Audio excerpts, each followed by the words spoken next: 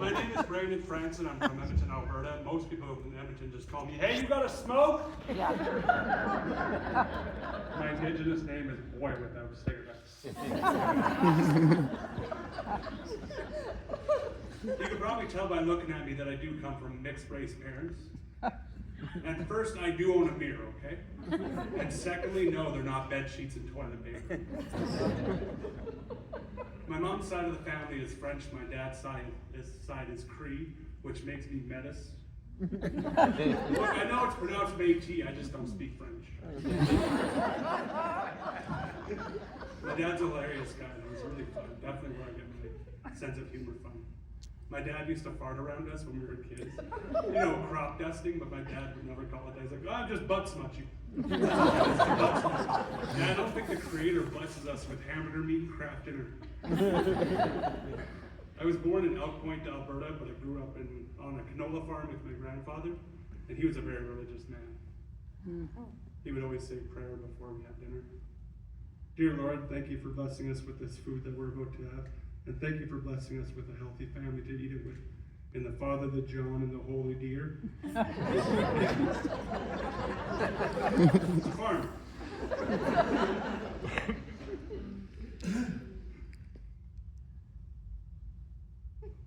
My dad does smoke marijuana. I don't know if anybody else here does.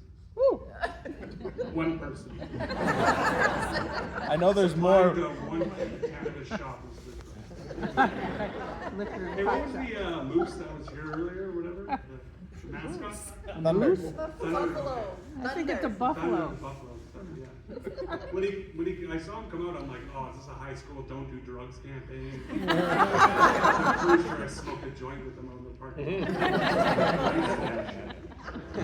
lot. My dad does smoke marijuana, and I hate the stereotype that people have that people who smoke weed are lazy and not really do anything. My dad's the complete opposite. My dad smokes a joint, and he'll build things you find around the house out of other things you find around the house. I'll give you an example. One time we ran out of fly tape. You guys know what fly tape is, right? Yeah. Those yellow ribbons of poverty you just hang from the ceiling. One time my dad made that out of tin foil and jam. And it worked. How do you know when my dad catches the house fly? He uses every part of the house fly. Being a kid coming home from school and all you see is strips of tin foil with jam dripping. Mom, I think Dad's high again. Battery's watching too much Ancient Aliens on History Channel. I'm starting to think things might not be going well with my parents. I don't know. I was over there for dinner the other week and I heard my parents, excuse me, having an argument in the other room. I couldn't quite hear what was going on, but all I heard was Mom repeating the words, "Men on pause. I'm putting men on pause." So I think she's a lesbian now. I tried to ask her about it, but she said that's the end of it, period.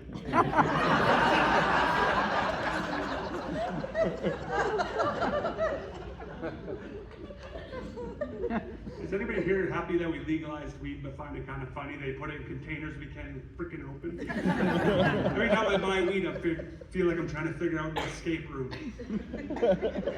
Not even smoking yet. But I'm glad we legalized weed though. Because before weed was legal, I got busted one time smoking a joint.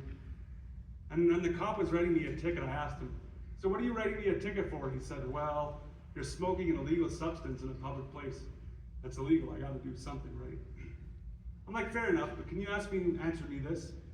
How come on April 20th, aka 420, you see people smoking marijuana all over the government buildings and stuff?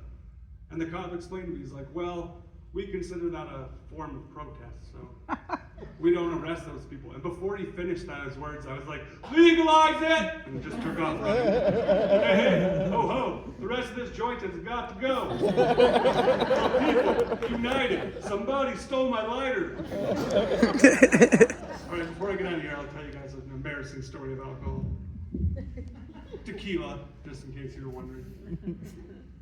A buddy of mine came in from out of town and we decided to go drinking. Of course I'm gonna go hang out with him. He said, "Yeah, let's go to the bar and club, we'll meet some girls, have some shots." So we go to the bar, we have some shots of tequila, and then I notice across the dance floor the most beautiful girl I've ever seen ever in my life. Besides my wife, of course.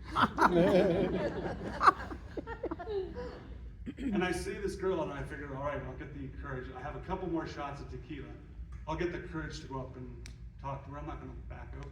So I start walking across the dance floor. And as I walk across the dance floor, she looks at me and instantly I do that to her face, which is so charming. So I finally get up to her and she says hello and I'm like, not much, you? Good start. Finally I start talking to her and I ask her, hey, do you mind if I get your phone number? And what she did was she did this, right? And what she was doing was she was showing me the ring on her finger. But I'm drunk on 6 shots of tequila. She did this, I pulled out my cell phone. Okay, 5? She did it again, like, no, you idiot. Okay, 5? Okay, if the next one's 5, I'm gonna call bullshit on that one. Okay, 1? By the way, I did that joke in Fort McMurray, and some asshole thought it'd be funny to buy me 6 shots of tequila when I was done my show. I had them waiting on the table for me. So now when I'm in Fort McMurray, I only do jokes about how I hate cocaine. John and the Holy Deer. Thank you, everyone.